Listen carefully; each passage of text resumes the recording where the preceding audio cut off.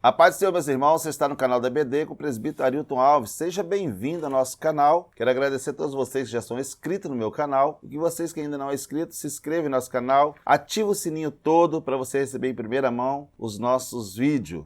Nós estamos estudando o terceiro trimestre de 2023, a qual nós estudamos sobre a Igreja de Cristo, o Império do Mal, falando sobre como viver neste mundo dominado pelo espírito da Babilônia. Chegamos na lição 4, nós vamos abordar um assunto hoje muito importante, fica comigo até o final desse vídeo. Não vai ser muito extenso, vai ser um resumo dessa lição, com certeza vai estar te ajudando na sua aula de domingo. Que Deus abençoe também todos os professores, Deus abençoe os pastores, todas as lideranças, os irmãos a quem nos tem acompanhado. Dá um joinha, comenta de onde você está me assistindo, para nos fortalecer nosso trabalho aí, a esse ministério, a qual Deus tem confiado em nossa mão. Então, compartilha com as outras pessoas o tanto que você puder, nos ajuda a propagar o Evangelho de Cristo. Você fazendo assim, você também está evangelizando as almas. Lição 4, nossa lição, na maioria das igrejas vai ser aplicada dia 23 de julho. É claro que a maioria é no domingo, algumas igrejas dá aula no decorrer da semana, mas a maioria no domingo, dia 23 de julho. O título da nossa lição hoje vai ser Quando a criatura vale mais que o Criador. O texto áureo da nossa lição diz assim: pois mudaram a verdade de Deus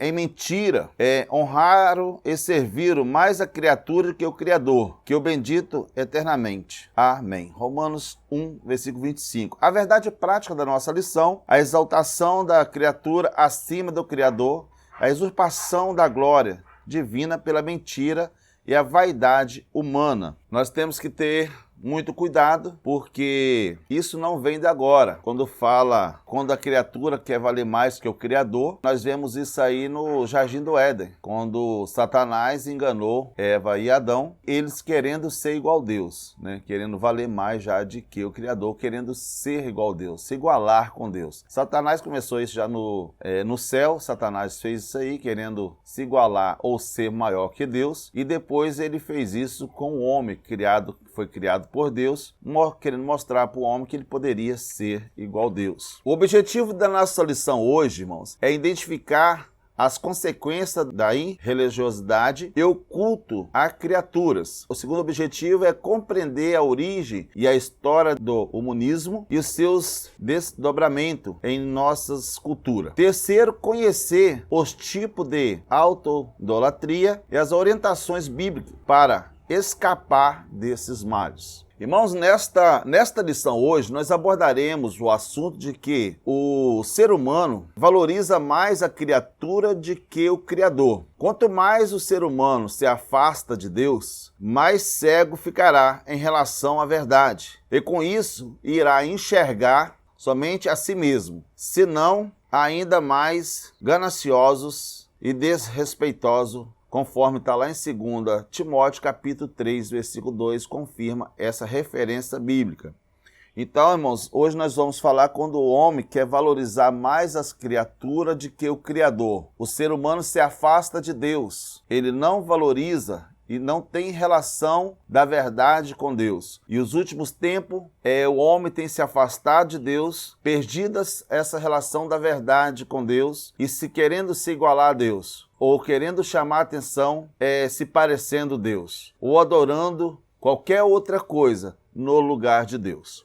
O soberbo, irmãos, e a sensatez do homem ímpio mantém-se afastado de Deus e afastado da verdade. Os pensamentos ser criado passou a se priorizar cada vez mais criatura em detrimento do Criador. A autoidolatria, o coração perverso, escolhe pelos prazeres da carne, colocaram a raça humana em inimizade contra Deus. A lição de hoje, irmão, alerta acerca do que ocorre quando Deus deixa de ser a medida de todas as coisas. Nós temos que ter Deus acima de todas as coisas. E às vezes as pessoas querem priorizar outras coisas no lugar de Deus. Então é um grande perigo. O primeiro ponto da nossa lição diz o desprezo da verdade, né? A impiedade e a injustiça.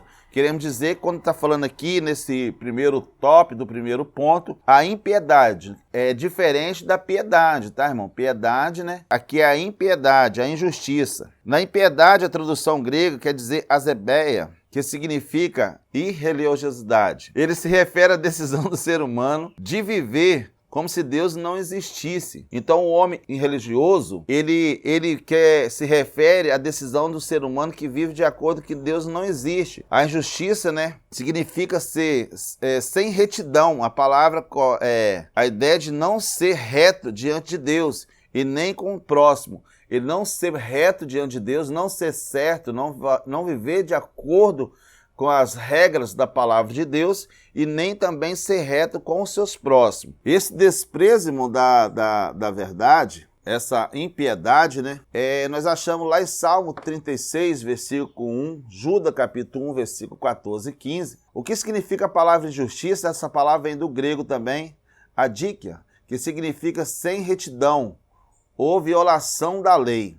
2 Pedro capítulo 2, 15. Infelizmente, irmãos, os deuses deste século cegou o entendimento dos incrédulos. 2 Coríntios capítulo 4, versículo 4. Né? O Deus desse século, quem é o Deus desse século? É o próprio Satanás. O Deus desse século tem cegado o ser humano e achando sábios, tornando louco aos olhos de Deus. Se tornando muito sábio e tornaram-se louco aos olhos de Deus. O segundo tópico do nosso primeiro ponto, a insensatez humana. Todos que não servem a Deus, irmão, todas as pessoas que não servem a Deus têm o coração insensato, sem entendimento. As pessoas insensatas são pessoas que não têm entendimento das coisas de Deus. Tem os desejos pelo proibido. Tudo que é proibido, tudo que não pode, tudo que a Bíblia condena, o coração dessa pessoa, a mente dessa pessoa se enche desses desejos. A incredulidade das pessoas, segundo as Coríntios capítulo 4, fez com que os seus corações ficassem obscurecidos e abertos com as trevas, ao ponto de não perceberem que todos, organização e criação revela a existência do Criador. Essas pessoas querem trocar a existência do Criador, o ponto deles não perceber. Toda organização da criação revela a existência de Deus. Eles querem tirar Deus de cena, querer dizer que nenhuma criação é a existência de Deus. Mas nós bem sabemos que toda criação, Romanos capítulo 1, versículo 20 a 21, por não enxergarem a luz e não perceber a existência de Deus, exaltaram a única coisa que eles veem, que é a criatura. A única coisa que essas pessoas vê, tem essa insensatez humana, não tem entendimento da criação, não tem entendimento da palavra de Deus, do Criador, eles colocam a criatura no lugar de Deus. E eles acham muito sábio, eles acham que eles são superior a Deus. Eles acham que não depende de Deus. E bem sabemos que nós dependemos de Deus. Nós precisamos de Deus em nossa vida. Todo ser humano, ele sente o desejo de adorar. E nós precisamos adorar a Deus em lugar de qualquer coisa. Tem pessoa que às vezes adora, né? A gente tem muito cuidado que as pessoas adoram, às vezes, objeto, adoram animal. Por exemplo, na Índia tem mais de 330 milhões de deuses que o povo adora. E nós precisamos adorar um único Deus Criador, Jesus Cristo Salvador, que é o Deus também, nosso Deus e nosso Senhor. Terceiro ponto da nossa lição, os cultos a criatura, irmãos. Meu Deus, tem que ter muito cuidado, pessoas cultuando criaturas. A criação cultuado por duas razões. Primeiro, o ser humano rejeitou a Deus e as suas leis, e tornaram-os filhos da ira. Está lá Efésios capítulo 2 e 3. O ser humano rejeitou o Criador, tá? O ser humano rejeitou a Deus e as suas leis. Obediência à palavra, né? Toda vez que você vê um homem rejeitando a Deus, ele rejeita a palavra onde nos corrige. A palavra que quando corrige, as pessoas querem passar por cima dela e não quer aceitar. Por amar o pecado, foram entregue aos desejos impuros. Foram entregue aos desejos impuros da sexualidade e da degradação física e moral. Romanos 1, 24. As pessoas entregou-se à luxúria, os desejos da sexualidade, a degradação física e moral. As pessoas querem chamar a atenção do seu corpo, olhar no espelho e sentir assim, ele mesmo adorar ele, sentir que ele é uma pessoa muito bonita, que é uma pessoa muito forte e que não tem outra pessoa mais bonita que ele é a pessoa mais bonita dessa terra.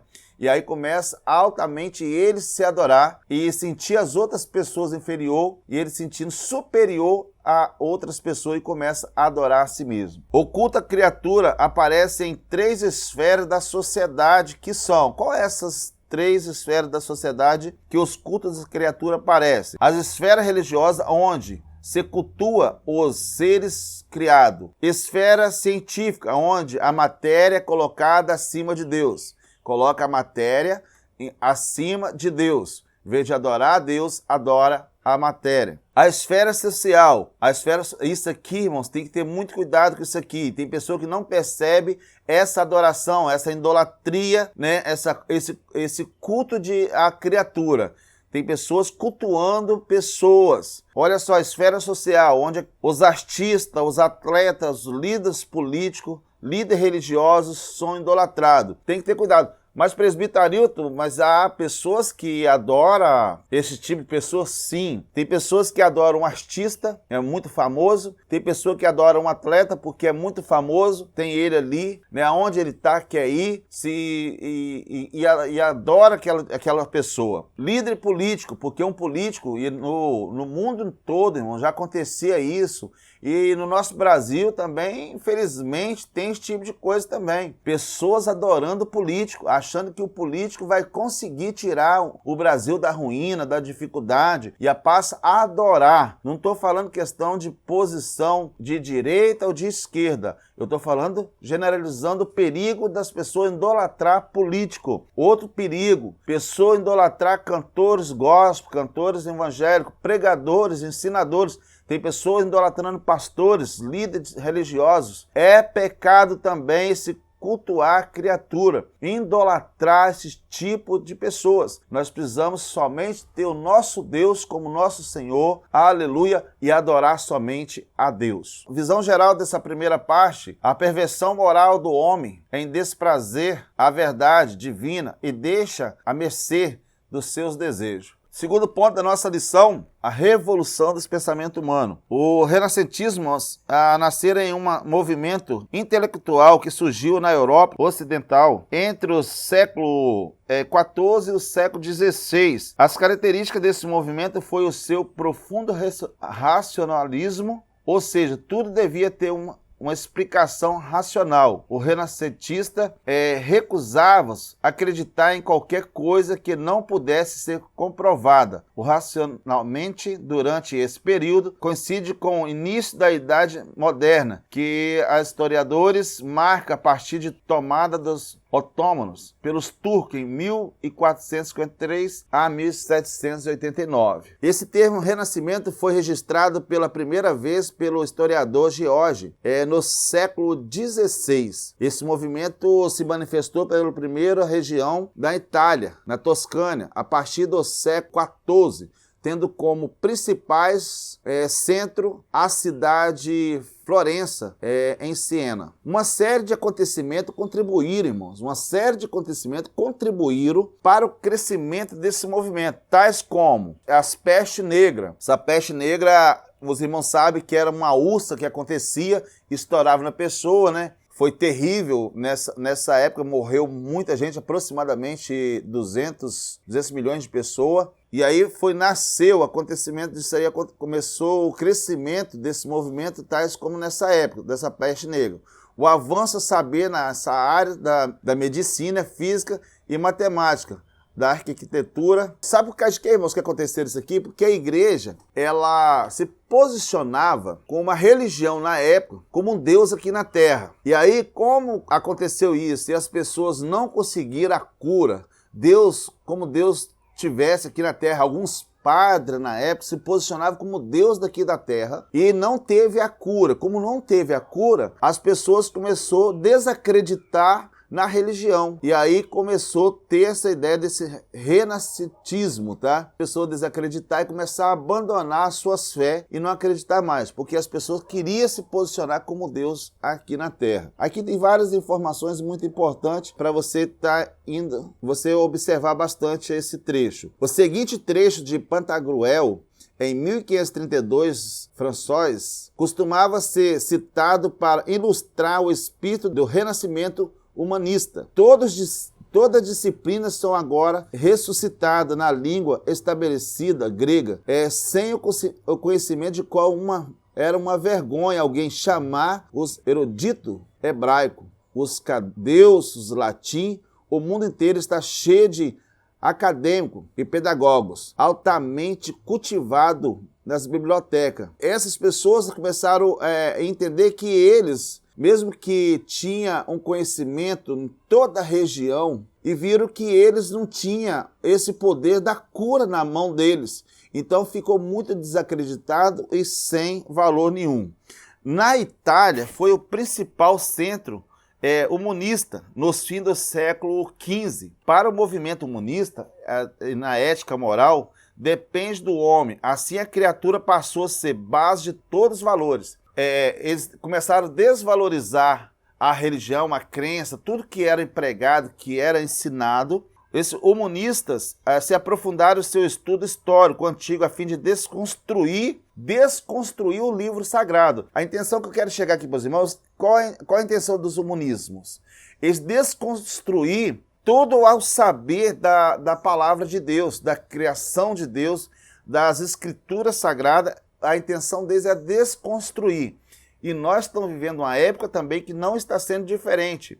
Tem crescido muito. As pessoas estão vivendo nessa época do humanismo, querendo desconstruir a palavra de Deus. Até quem já pregou a verdade, já acreditou, não estão acreditando mais como aquelas pessoas daquela época, por ver que realmente as pessoas não estão vivendo de acordo com a palavra de Deus. Tem tudo na mão, o crente, o evangélico, o protestante, o cristão mesmo, né? Os evangélicos têm tudo na mão para pregar uma verdade, viver a verdade, mas por pessoas dar mau testemunho, dar mau exemplo, fica desacreditado perante a sociedade. E por esse motivo vem a desconstrução da realidade da palavra de Deus. E nós estamos precisando levantar homens, mulheres corajosos, jovens corajosos, para firmar essa palavra da verdade, que é a salvação, que é o poder de Deus, que é a transformação. E as pessoas estão cada vez mais desvalorizando as coisas de Deus. Possuem um arcabouço de concepção de liberdade, de igualdade. Tá? Eles acreditam nessa Deuteronômio 6, no capítulo 6, versículo 1 a 9. Que antecede muitos direitos que apareceram no tempo moderno. Começaram a aparecer cada vez mais e esse povo crescer. Passou um período que a religião ficou desacreditada. Onde vem a reforma protestante. Nesse renascentismo, que é mesmo um casamento de humanismo, aí vem agora a reforma protestante com Calvino. E aí a gente começa a ver que em parte foi boa, porque teve uma revolução muito grande, teve uma renovação muito grande para as pessoas começarem a entender sobre o poder de Deus, sobre o Espírito Santo, sobre Jesus Cristo, sobre o Criador. E isso nós não podemos deixar ficar perdido. A intenção desses movimentos é que fica perdido tudo que foi construído, tudo que Jesus fez por nós, tudo que Deus fez para o povo. Eles querem que isso fique banido do meio da sociedade. As próximas gerações ficam esquecidas de tudo que foi ensinado no passado. A intenção desse movimento é isso aí. O iluminismo. Os iluminismos surgiu na Europa entre o século XVIII e o século XIX. Seus adeptos rejeitavam a tradição e buscavam resposta na razão. Entendia que o homem era um senhor do seu próprio destino e que a igreja era uma instituição dispensável. Já após modernidade, a modernidade surgiu a partir da metade do século XX. O sociólogo observa que a sociedade deixou de ser sólida e passou a ser líquida. Isso quer dizer que os valores que eram absolutos tornaram-se relativos. Neste aspecto, a coletividade foi substituída pelo egocentrismo, em que o relacionamento tornaram superficiais. Tá? Então nós precisamos ter cuidado, porque eles querem dizer que não existe verdade absoluta, né? Que tudo é relativo, que as coisas é relativa, não é absoluta. Que a Bíblia é uma história, do homem que pode se perder, isso é relativo. Que Deus é relativo? Que a salvação é relativa? Não. Aqui a palavra de Deus é a verdade absoluta. Segundo Samuel Kent, 1724, há um dos principais iluministas, o iluminismo representa a saída do ser humano de uma tutelagem que antes mesmo da impuseram-se tutelado, são aqueles que se encontram incapaz de fazer um dos própria razão, independentemente da direção de outro.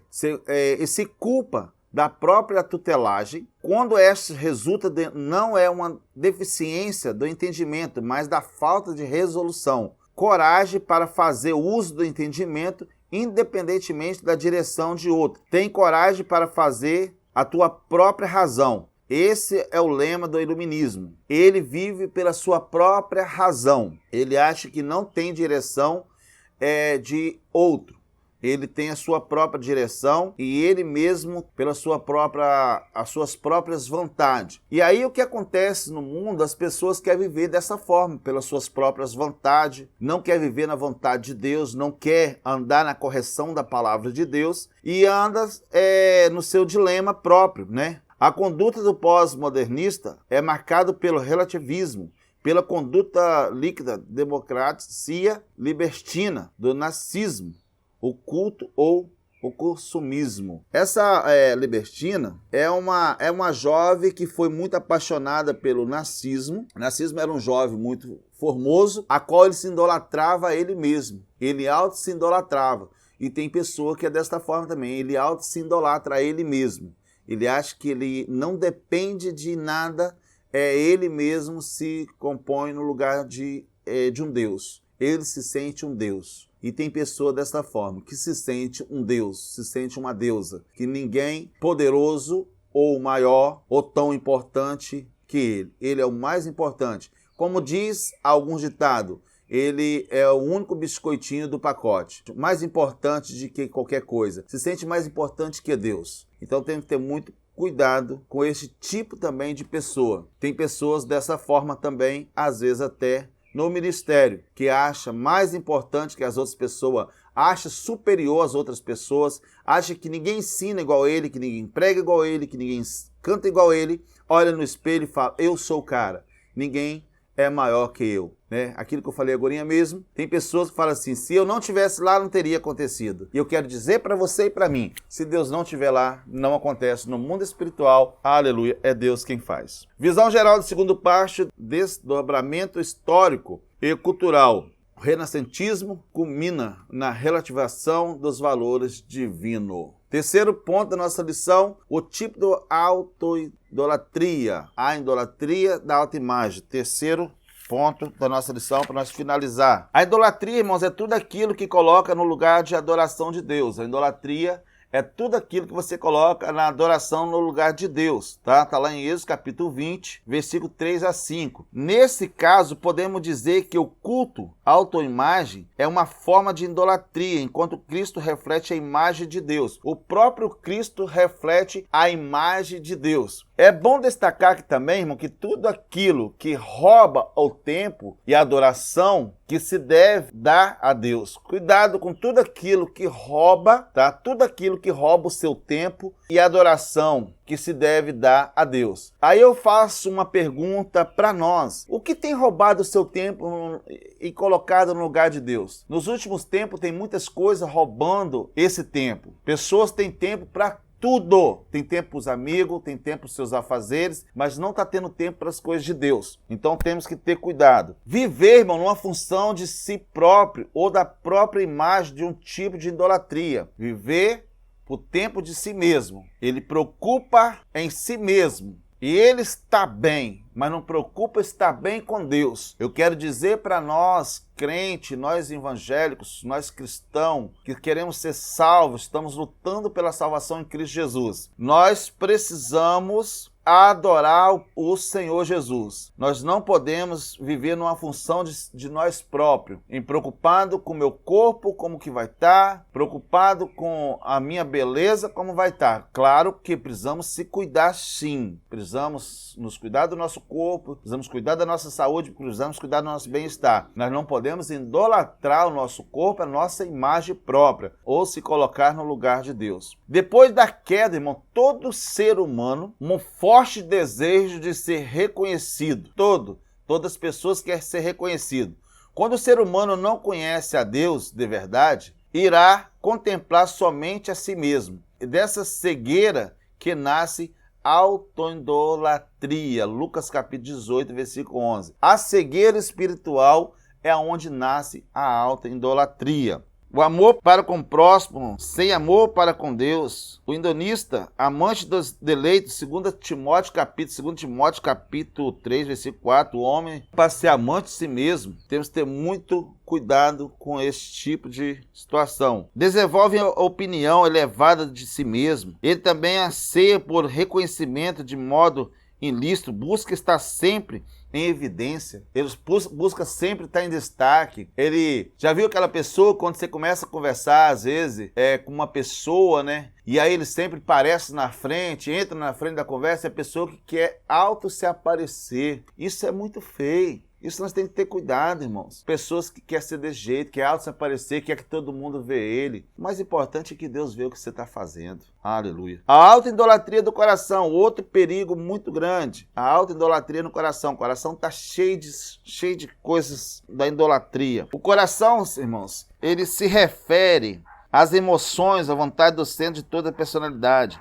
Ele também é descrito como enganoso, perverso, pois do seu interior saem os maus pensamentos, a imoralidade, a avareza, a soberba, a insensatez. À vista disso, Deus condena a adoração de ídolo no coração. Infelizmente, algumas pessoas chegam a aparentar que adora a Deus, mas na verdade serve ao ídolo em seu coração.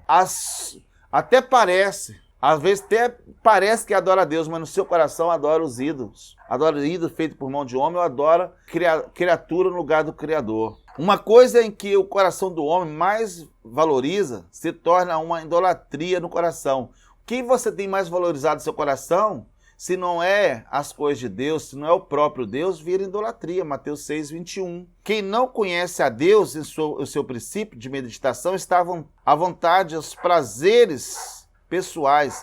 Isso também é idolatria do coração. Para não ter um coração idólatra, é preciso guardar a palavra de Deus em nosso coração. Salmo 119, versículo 11. Irmãos, eu acho lindo quando eu não consigo, eu leio a Bíblia, eu estudo a palavra de Deus, eu tenho uma dificuldade imensa de recitar versículo, recitar os capítulos, tenho uma dificuldade imensa. Eu acho bonito, mas não adianta a pessoa ter na mente, falar os versículos, falar os livros da Bíblia, tudo em seguida bonitinho, mas não guardar no coração para não pecar contra o Senhor. Então o mais importante é nós guardar no nosso coração. E eu faço uma pergunta: o que você tem guardado em teu coração?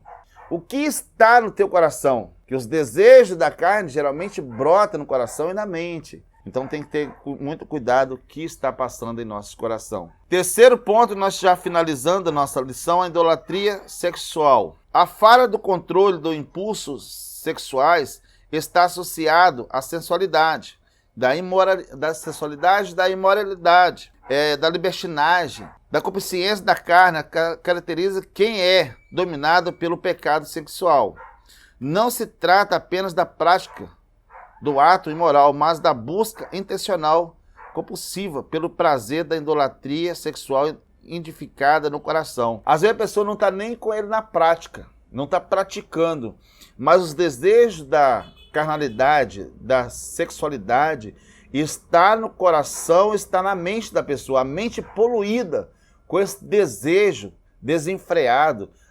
Jesus falou assim que o homem às vezes nem só para o fazer, praticar, mas se ele simplesmente pensar, ele já praticou no seu coração, já pecou. A idolatria sexual está relacionada, irmão, à sensualidade, à imoralidade.